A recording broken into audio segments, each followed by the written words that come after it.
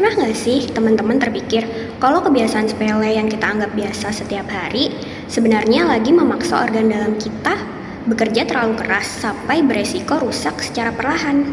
Yuk kita bahas fakta medisnya. Banyak sekali di antara kita yang sering abai dengan sinyal tubuh sendiri. Bangun tidur rasanya lemas sekali. Jantung tiba-tiba berdebar kencang atau berat badan naik turun tidak stabil. Biasanya kita langsung membela diri dengan berkata, "Ah, ini cuma lelah kerja biasa atau paling-paling kurang ngopi." Tapi tunggu dulu. Tubuh kita sangat cerdas. Gejala-gejala tersebut bisa jadi adalah cara tubuh mengirimkan sinyal darurat bahwa sistem hormon kita sedang mengalami ketidakseimbangan. Lalu, apa yang sebenarnya terjadi dalam tubuh kita? Mari kita lihat proses biologisnya. Aktivasi asis HPA, stres harian yang menumpuk, ditambah kebiasaan kurang tidur, akan ditangkap oleh otak sebagai ancaman. Akibatnya, sistem saraf kita mengaktifkan jalur komunikasi yang disebut aksis HPA atau hipotalamus, pituitari, adrenal secara berlebihan. Kortisol berlebih dan rem yang rusak. Kelenjar adrenal, yaitu kelenjar segitiga kecil di atas ginjal kita, akan dipaksa melepaskan hormon kortisol atau hormon stres dalam jumlah besar. Tubuh kita sebenarnya punya sistem rem alami atau negative feedback loop.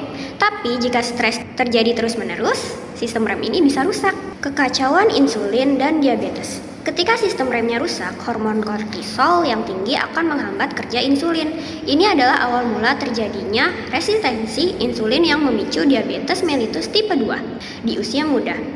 Glukosa akan tertahan di pembuluh darah dan tubuh terpaksa membakar lemak secara tidak normal. Teman-teman harus waspada jika gula darah puasa saat cek laboratorium sudah menunjukkan angka lebih dari 120 mg per dl atau HbA1c lebih dari 8%, itu adalah tanda bahaya. Mesin tiroid yang terganggu.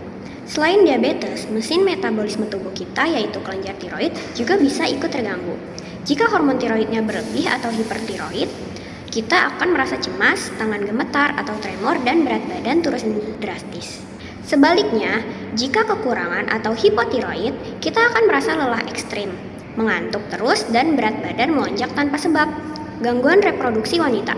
Stres kronis ini bahkan bisa mengacaukan hormon gonadotropin, LH, dan FSH pada wanita, menyebabkan siklus menstruasi menjadi tidak teratur sehingga resiko infertilitas. Saat menyadari ada yang salah, jangan pernah mengambil jalan pintas dengan membeli pil pelangsing bebas atau ilegal di internet. Zat aktif seperti fenilpropanolamin atau PPA dalam pil pelangsing ilegal bisa memicu penyempitan pembuluh darah akut yang sangat berbahaya bagi jantung dan beresiko stroke di usia muda. Jangan pernah melakukan swamedikasi sembarangan. Mari kita terapkan 3 pilar utama yang rasional dan aman. Yang ke-1, pilar 1, modifikasi gaya hidup. Lindungi ritme tidur kita selama 7-8 jam setiap malam dan batasi makanan manis untuk mencegah terjadinya resistensi insulin. 2. Pilar yang kedua yaitu screening dini. Peka terhadap alarm tubuh kita sendiri. Jika merasakan gejala tidak biasa, segera lakukan cek laboratorium berkala untuk glukosa dan fungsi tiroid. Pilar yang ketiga, keamanan obat. Gunakan obat secara bijak. Jika teman-teman mengonsumsi obat hormonal, pil KB, atau suplemen seperti vitamin C dosis tinggi, selalu tanyakan dan konsultasikan kepada apoteker untuk menghindari bahaya interaksi obat.